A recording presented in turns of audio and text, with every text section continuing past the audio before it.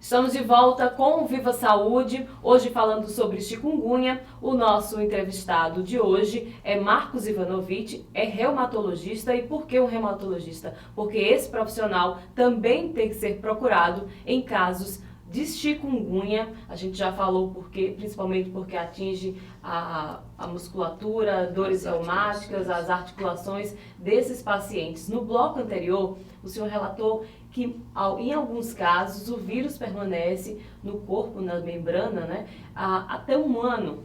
Já existe estudo que diga por que isso acontece?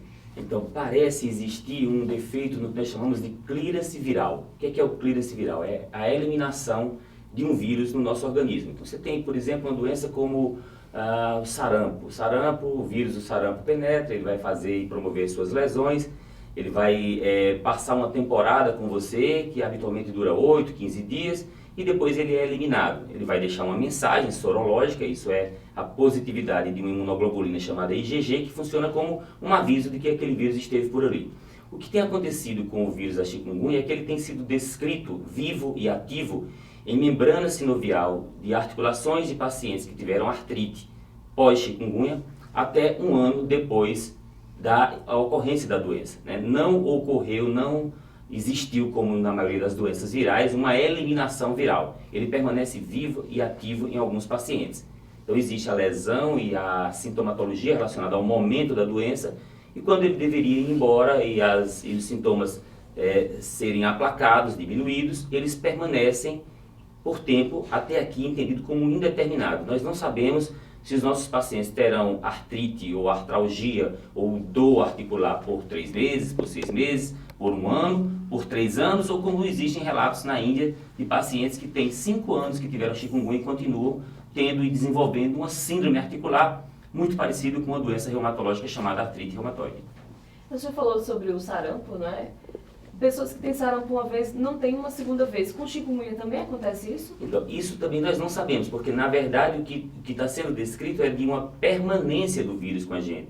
A gente não sabe se o paciente que está apresentando sintomas e que tem vírus viável, se ele tem como pegar um vírus novamente. Se aquela perpetuação é porque ele pegou um novo vírus e se perpetuou, essa resposta não existe. Então vamos lá, tendo a chikungunya, essas dores que são relatadas são no primeiro momento? Quanto tempo elas podem durar no paciente saudável? E até quanto tempo pode ficar no corpo e de que forma pode ser tratada? Uma coisa interessante na chikungunya é que os pacientes relatam que não lembrar.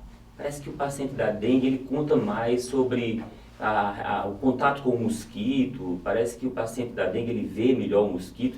É como se o agente, na verdade, é o mesmo, o vetor é o mesmo, é o Aedes aegypti.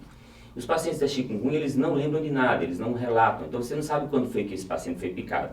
Mas eu posso te dar como exemplo, me vem aqui agora, hoje pela manhã eu estive na Universidade Federal em Campina Grande dando aula para os meus alunos, e uma enfermeira que trabalha comigo chegou de forma absolutamente comprometida, com dor, com limitação. Ela foi dormir feliz ontem à noite e hoje ela amanhece com uma poliartrite simétrica, aditiva, com a cara de artrite reumatoide, pedindo que eu a afastasse do trabalho. Ela estava com muita dor, eu iniciei terapêutica e solicitei que ela fosse para casa. Então, parece ser uma coisa muito súbita. O paciente vai dormir bem e já acorda com limitação, com dor, com desconforto, com incapacidade funcional. Em casos de artrite, essa é uma doença que é desencadeada pelo vírus ou todas as pessoas que têm chikungunya vão ter? Também não sabemos tudo sobre isso, mas o que parece para alguns autores que têm estudado mais a doença é que provavelmente o vírus da chikungunya pode, em alguns pacientes que são susceptíveis geneticamente a doenças como, por exemplo, a artrite reumatoide, onde existe a participação importante de um gene que é o HLA-DR4, eles poderiam ter a doença desencadeada pela exposição ao vírus da chikungunya. Então o vírus da chikungunya estaria funcionando como um gatilho imunológico para o desencadeamento da doença. Então nem todos os pacientes devem ser susceptíveis geneticamente para a artrite reumatoide. Então alguns pacientes podem ter a doença que dura 3 meses, que dura 6 meses e que depois vai devagar deixando de existir, mas nesses pacientes susceptíveis o chikungunya pode estar funcionando como, por exemplo, o parvovírus B19, que é um vírus que historicamente é implicado no desencadeamento da artrite reumatoide. De que forma tratar, doutor? Existe muita confusão sobre isso também, né? E os pacientes estão chegando nos nossos consultórios com histórico de uso de analgésicos de ação central, de formas indiscriminadas do uso do corticosteroide, de anti-inflamatórios não esteroidais, muitos já com lesão de mucosa gástrica, porque estão tomando altas doses de anti-inflamatórios. E os anti-inflamatórios parecem ter uma resposta muito frustra nessa doença. Hoje um aluno me perguntava sobre o uso de vitamina B12, que alguns médicos estão usando B12 e não tem nenhuma evidência sobre isso. A melhor evidência construída até aqui é que a maioria desses pacientes precisarão de doses baixas de corticosteroides.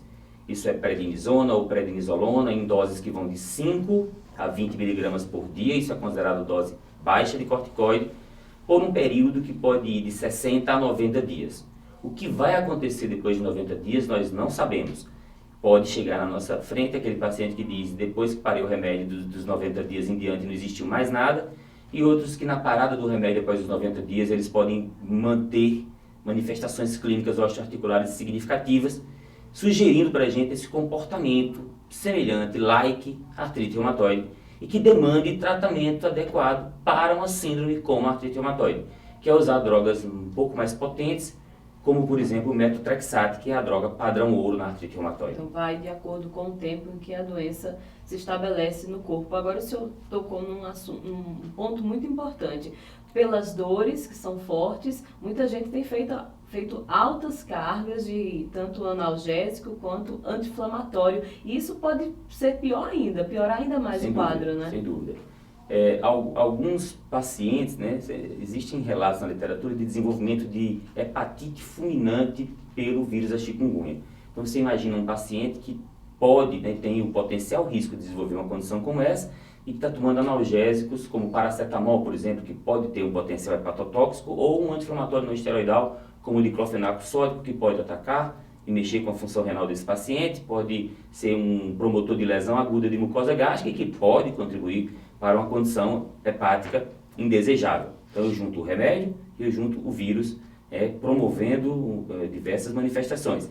Você perguntava antes sobre outras manifestações. Estamos relatando agora lá com um aluno lá em Campina Grande, na nossa universidade, um paciente que desenvolveu um quadro de miopatia inflamatória, uma miosite, que é uma condição inflamatória severa do músculo pela chikungunya. As consequências da chikungunya é o nosso tema de hoje. No Viva Saúde, nós estamos conversando com o Marcos Ivanovic, que é reumatologista. A gente vai a um rápido intervalo, já já a gente volta.